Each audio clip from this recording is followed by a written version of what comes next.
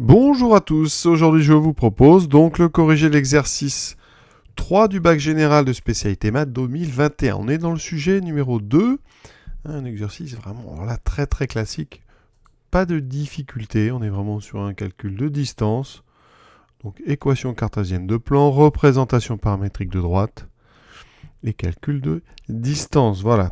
Et on finira par calcul donc de l'aire d'un triangle en passant par une pyramide. Voilà, on regardera tout ça sur GeoGebra. En 3D, c'est toujours plus clair. Et donc on est parti. Alors on se place dans un repère orthonormé. D'accord, ça facilitera évidemment le calcul des longueurs, des distances. On considère les points de coordonnées 2, 0, 0, 0, 3, 0 et 0, 0, 1. Voilà, la figure est très claire. On voit bien le triangle ABC. L'objectif, on nous le dit tout de suite, c'est donc de calculer l'aire du triangle ABC. Et pour ça, classique, un peu comme dans le sujet 0 d'ailleurs, eh bien on va calculer le volume d'une pyramide, la pyramide de OABC, je vais vous la montrer après en 3D, de deux façons. La voici, cette pyramide. Alors évidemment en tournant on la voit mieux, voilà. Donc l'objectif de l'exercice, c'est lequel? On va faire un petit résumé là rapide avec GeoGebra. On commence par l'équation cartésienne d'un plan, le plan ABC, le voici. Ensuite, on va prendre donc une représentation paramétrique d'une droite particulière. C'est la droite qui passe par l'origine ici du repère et orthogonale au plan que je viens de tracer. Donc ça, GeoGebra, c'est très bien. On a orthogonale, plan. La voici cette droite. Une fois qu'on aura son équation, enfin une représentation paramétrique, on prendra l'intersection de cette droite avec le plan. Donc je prends l'outil intersection. À droite, le plan. Voilà, je trouve un point qui s'appelle le point ici, donc H dans le sujet. Voilà. Une fois qu'on a ce point H, on va mesurer, enfin on va, calculer la distance donc au H. Voilà, je vais essayer de ne pas me tromper. H, il est ici. Et on trouve ici à peu près 0,86. Voilà. On vérifiera bien sûr tout ça. Et donc, vous allez voir, grâce à ça, eh bien, grâce à cette hauteur et la formule 1/3 de base fois hauteur, on va pouvoir avoir un lien entre le volume et l'aire de notre triangle. Et comme cette pyramide, oui c'est une pyramide, comme ici cette pyramide, elle a ici des angles droits un peu partout, pour calculer son volume, on va passer par la base ici, une des bases qui est là, avec la hauteur qui sera cette perpendiculaire. Donc vous voyez qu'on va pouvoir calculer facilement le volume, en prenant la base qui sera la moitié donc, de notre rectangle du bas. Et donc on est parti, on va faire tout ça donc tranquillement. Première question. Montrer que le vecteur n de coordonnées 3, 2, 6 est normal au plan ABC. Alors pour montrer qu'un vecteur est normal à un plan, eh bien, il faut montrer qu'il est orthogonal à deux vecteurs non collinéaires de ce plan. Donc, on prend donc AB, on va calculer les coordonnées de AB. Donc on a A, on a B. Donc coordonnées de AB, c'est donc 0, moins 2, moins 2, 3, 0. Voilà, c'est coordonnées de B moins coordonnées de A. Ensuite, AC, donc coordonnées de C moins coordonnées de A, donc 0, moins 2, moins 2, 0, moins 0, 0, 1, moins 0, 1. Voilà. AB, AC, on va écrire sont deux vecteurs non collinaires, ça se voit très bien de toute façon. Collinaires, leurs coordonnées ne sont pas proportionnelles, non collinaires. Donc du plan ABC, donc pour avoir du vocabulaire, c'est donc ce qu'on appelle une base. Une base d'un plan, c'est deux vecteurs non collinaires de ce plan. Et avec ces deux vecteurs, on peut, par combinaison linéaire, fabriquer tous les vecteurs directeurs du plan. Alors, maintenant, on va calculer les produits scalaires. On va faire n scalaire AB. Ça doit donner 0, on le sait. Puisque c'est ce qu'on veut montrer. 3 fois moins 2, moins 6. Un produit scalaire, c'est donc produit des x, produit des y, produit des z. On ajoute tout. Moins 6 plus 2 fois 3, 6. Plus 6 fois 0, 0. Effectivement, on trouve bien 0. Donc n et AB sont orthogonaux. N scalaire AC, moins 2, 0, 1. Donc ici, 3 fois moins 2, moins 6, plus 2 fois 0, 0, plus 6 fois 1, 6, on trouve 0. Effectivement. Et donc on va pouvoir conclure n est donc orthogonal à deux vecteurs donc formant une base, hein, ou deux vecteurs non collinéaires de ABC. Donc n est normal à ABC. Regardons tout de suite sur GeoGebra. Vous voyez ici, je vais représenter le vecteur. Alors on ne voit pas très bien ici qu'il est normal au plan. Donc pour le voir mieux, on va le placer au niveau du point C par exemple, ou du point A. On va le mettre au niveau du point. Donc pour ça, je vais faire une petite translation. Voilà. Donc après, je fais ça. Donc voici le vecteur n. Je vais bien représenter le plan, comme vous le voyez un petit peu. Donc ça, c'est mon plan. Et regardez, hein, ici, on voit bien d'abord, en regardant comme ça, hein, ce vecteur n il est bien orthogonal donc à AB, et il est aussi orthogonal à AC. Alors évidemment, visuellement, vous voyez, c'est-à-dire qu'ici, je peux tracer n'importe quel vecteur donc à l'intérieur ici du plan. Hein, je peux en tracer plusieurs, voilà, au hasard. Et vous allez voir qu'en tournant, mais effectivement, hein, ce vecteur, hein, n, il est orthogonal donc à ces deux vecteurs. Donc, quelle que soit la combinaison linéaire que vous allez faire de AB, de AC, vous aurez un angle droit ici au niveau du point A. Question suivante. En déduire une équation cartésienne de ABC est 3x plus 2y plus 6z moins 6 égale 0. Alors là, il y avait d'autres façons de faire ça, mais comme il y a marqué en déduire, hein, on vous invite évidemment à utiliser ce qu'on vient de faire. Donc, n, hein, a pour coordonnées 3, 2, 6, hein, il est donc normal à ABC. Donc d'après le cours, ABC possède une équation cartésienne qu'on peut mettre sous la forme 3x, le 3 ici, plus 2 fois y, plus 6 fois z, plus d égale 0. Hein, et le d, hein, c'est un nombre réel, il faut le déterminer. Eh bien, on sait ici que A appartient au plan ABC. Donc ici, quand je vais remplacer par les coordonnées de A, ça doit donner une égalité. Donc ça veut dire que 3 fois, alors A c'est 2, 0, 0. Donc 3xa plus 2ya plus 6za plus d doit être égal à 0. Hein. Ça me fait 3 fois 2, 6 plus 0 plus 6 fois 0. Hein. Le point A, j'aurais dû rappeler, c'est 2, 0, 0.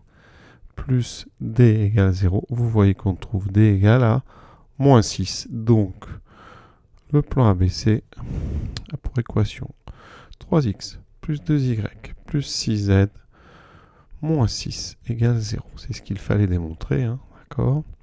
Et on a terminé. Alors, on aurait pu vous inviter à faire autre chose. Hein, juste, vous voyez, vérifier que les points A, B et C ont des coordonnées qui vérifient cette équation. Donc, par exemple, il aurait fallu démontrer que 3xa plus 2ya plus 6za moins 6 est égal à 0. Donc, on calcule.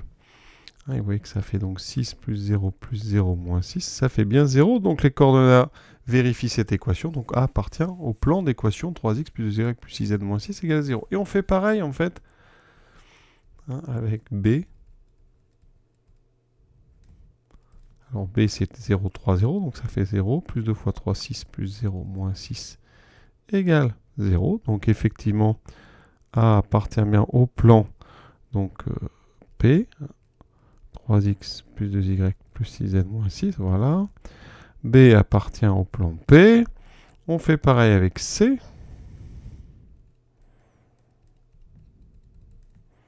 Alors, on ne sait pas que ça fait 0 encore, donc x, C, ça fait 0, plus 2 fois 0, plus 6 moins 6, ça fait 0, donc C appartient aussi à ce plan P, donc P est bien le plan ABC, puisqu'il contient les 3 points ABC. Et donc, voilà. Alors, regardez donc sur GeoGebra, voilà le plan. Hein. L'équation que GeoGebra m'annonce, moins 3x, moins 2y, moins 6z égale moins 6. Je mets tout à droite, j'obtiens exactement ce que j'ai trouvé. Maintenant, on passe à l'étape d'après. Donc, une droite D passant donc, par l'origine est orthogonale à ce plan-là. Hein. Cette droite, la voici. Hein. Et donc, on va en trouver une équation, une représentation paramétrique. Alors, pour ça, eh bien, il faut un point. Donc, on l'a. Le point O a pour coordonnées 0, 0, 0. Et elle est orthogonale au plan ABC, donc N est donc directeur de D, puisque n est un vecteur normal du plan ABC, il est donc directeur des droites qui sont orthogonales au plan ABC. Une fois qu'on a ça, c'est terminé parce que une représentation paramétrique, c'est facile à faire quand on a un point vecteur directeur. Vous mettez x, y, z. Vous mettez ici les coordonnées d'un point, donc le point O, 0, 0, 0, plus le paramètre t, donc qui va décrire l'ensemble des réels, et ici on le multiplie à chaque fois par les coordonnées du vecteur directeur. Donc plus 3t, plus 2t, plus 6t. Alors les droites qui passent par origine, elles ont des représentations très simples. Hein. D'accord? Donc nous, on va la simplifier un petit peu, on va enlever les zéros, ça fait 3t, 2t, 6t avec t qui décrit l'ensemble des réels. Vous voyez, c'est déjà terminé. Et si dans la panique vous oubliez, hein, comment on fait, eh bien vous revenez à la définition, un point M appartient à D si et seulement si le vecteur OM, donc x ici, y et z, et le vecteur n sont collinéaires. Autrement dit, il existe un nombre t tel que OM égale n fois t. Et en termes de coordonnées, ben regardez, si je multiplie, ça veut dire que x égale 3t, y égale 2t, z égale 6t. Donc on retrouve très vite le résultat qu'on avance parce que c'est du cours. Question B. Maintenant, montrer que D coupe le plan ABC au point H de coordonnées. Voilà, on vous donne des coordonnées. Pour ça, il faut... Alors, on vous donne les coordonnées, on pourrait vérifier que H appartient au plan ABC, que H appartient à droite, et que la droite, finalement, comme elle est orthogonale, on sait donc qu'il n'y a qu'un seul point d'intersection. Donc c'est une des méthodes. Une méthode, je pense qu'on va faire après, je vous montrerai, mais la méthode vraiment qui s'impose en général là-dedans, c'est d'écrire donc l'équation du plan, les trois équations qui viennent de la représentation paramétrique et de résoudre ce système. Et les solutions de ce système seront les points d'intersection. Hein. C'est juste un calcul, quoi. Il n'y a même pas de justification à faire. Donc quand on remplace ici, alors souvent on fait ça après, mais normalement on va injecter x, y et z dans la première équation. Donc il faut un petit peu de place. Alors je vais le faire en dessous. Ça veut dire qu'ici, ça équivaut donc à... Alors 3 fois x, donc 3 fois 3t, plus 2 fois 2t, plus 6 fois 6t, moins 6 égale 0, et avec toujours nos trois équations qui nous permettront, quand on aura trouvé t, de retrouver x, y et z. Voilà, donc en haut. Alors 3 fois 3, 9 et 4, 13, 13 et 36, 49t égale 6, donc t égale 6 sur 49. Vous voyez? Et donc, on va trouver x. X est donc 3 fois ça. 18 sur 49. Y, donc c'est 2 fois ça, donc 12 sur 49. Et z, c'est 6 fois ça. 6 fois 6, 36 sur 49. Donc effectivement, D et ABC se coupent au point H, qui correspond à la valeur t égale 6 49e du paramètre, et qui correspond à 18 sur 49, 12 sur 49, 36 sur 49. Donc l'autre méthode, on va utiliser la question. Eh bien, on sait que D et ABC sont orthogonaux. Et donc un plan et une droite orthogonaux, donc ils se coupent en un point unique. Voilà. Donc si on trouve un point qui est dans les deux, ce sera le point d'intersection. Donc maintenant, est-ce que H appartient au plan ABC? Eh bien, on va vérifier. On va calculer donc 3 fois XH, je vais essayer d'être clair, 3 fois XH, plus 2 fois YH, plus 6 fois ZH moins 6, ça doit faire 0. Donc ça fait 3 fois 18 sur 49, plus 2 fois 12 sur 49, plus 6 fois 36 sur 49, moins 6. Alors on va tout mettre sur 49.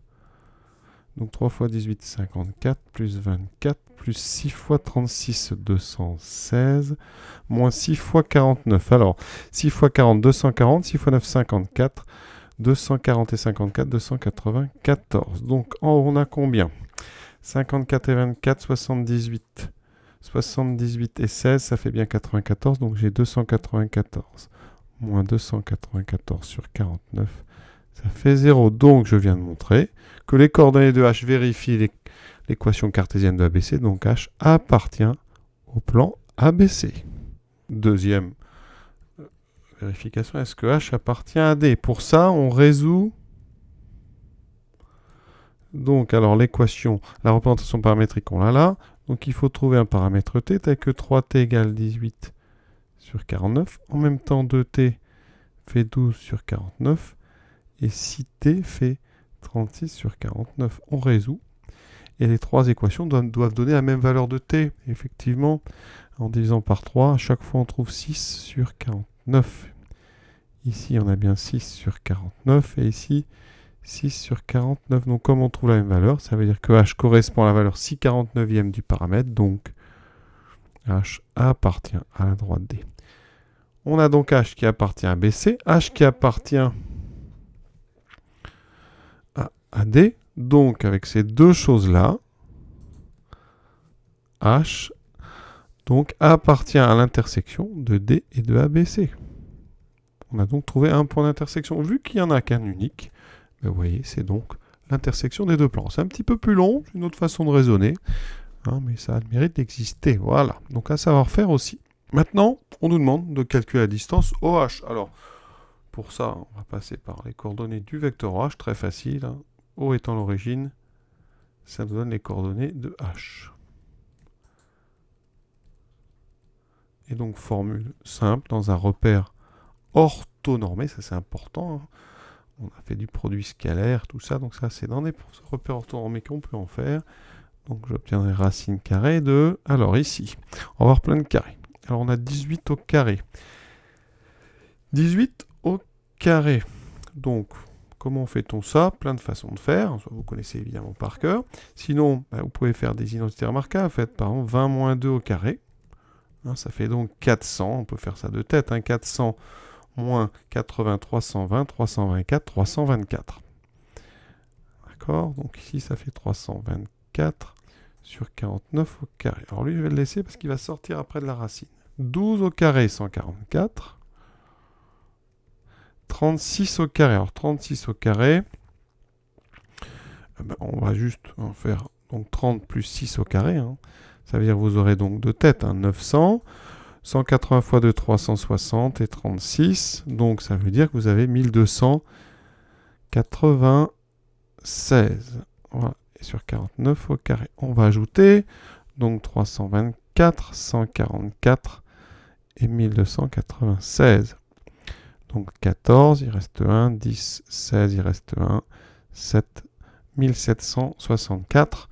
Donc, on obtient racine de 1764 sur 49 au carré. Donc, ça me fait racine de 1764 sur 49. Alors, on essaie de faire un maximum à la main. Alors, 1764, c'est simplifiable. Donc, oui, factorisable par 4.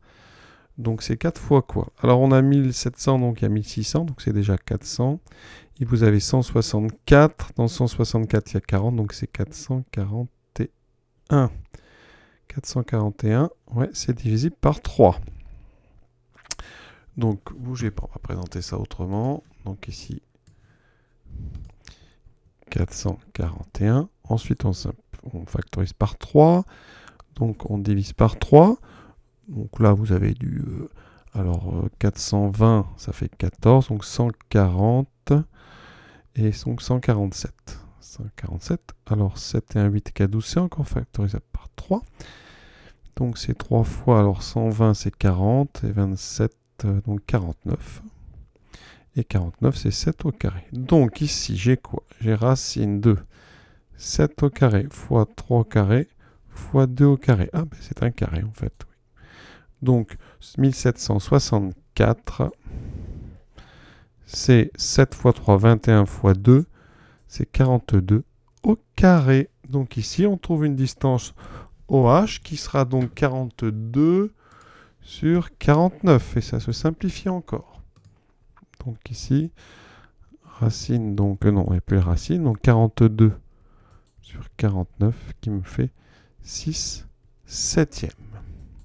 Alors évidemment, la plupart des élèves vont le faire à la calculatrice, hein. Trouveront rapidement 1764 divisé par 49 au carré. Hein, ils ont fait ça à la machine. Et ça vous annoncera 36 sur 49. Et quand vous prenez donc la racine carrée de 36 sur 49, c'est 6 sur 7. D'accord? Donc évidemment, ça va plus vite quand on le fait à la machine. Surtout ici, ça tombe juste comme ça. Donc 6 septièmes. Alors 6 septièmes, c'est à peu près 0,86, effectivement. C'est ce qu'on nous annonçait tout à l'heure, hein, ici sur GeoGebra. Alors maintenant, on va passer à la question suivante, la fameuse pyramide. Alors ici, on va se débarrasser de la droite, là voilà, on a tout ce qu'il faut. Alors la pyramide, le plan, on n'en a plus besoin. Comment fait-on une pyramide? Alors sur GeoGebra, c'est très simple. Alors déjà, une pyramide, qu'est-ce que c'est, hein? Je vais rappeler rapidement. Vous avez une base qui est polygonale, ici c'est un triangle. Donc vous indiquez la base. Et ensuite, il vous faut un sommet.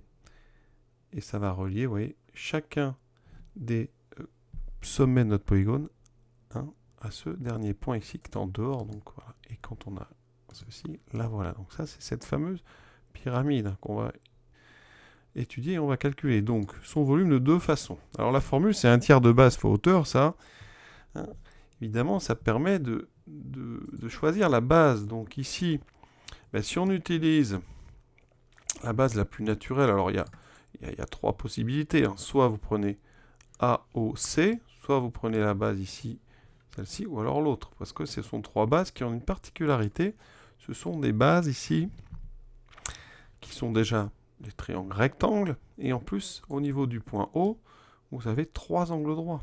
Donc ça va être très facile pour trouver les hauteurs. Donc j'ai choisi par exemple A, O, ici C. Qu'est-ce que ça donne? Avec la base AOC, donc, l'aire du triangle AOC. C'est un triangle rectangle. Hein. D'accord, il est rectangle en O. Donc son aire, c'est un triangle, là, c'est base fois hauteur divisé par 2. Donc c'est OA fois OC sur 2. Alors OA, c'est facile. Vu les coordonnées de A, ça fait 2. OC, ça fait 1. Donc on a 2 fois 1 sur 2, ça fait 1. Ensuite, dans ce cas-là, la hauteur qui correspond à la base AOC dans notre pyramide, ça sera OB. D'accord? Donc le volume, je vais l'appeler V, ça sera donc 1/3 de l'aire de AOC, donc 1, fois la longueur OB. OB vaut 3. Et donc 3 fois 3, ça fait... On a un volume de 1 unité de volume. Alors, pour ceux qui auraient pris une autre base, avec la base, donc, par exemple, OBC. Qu'est-ce que ça donne? Et la hauteur qui correspond, dans ce cas-là, hein, donc ici, ça sera OA.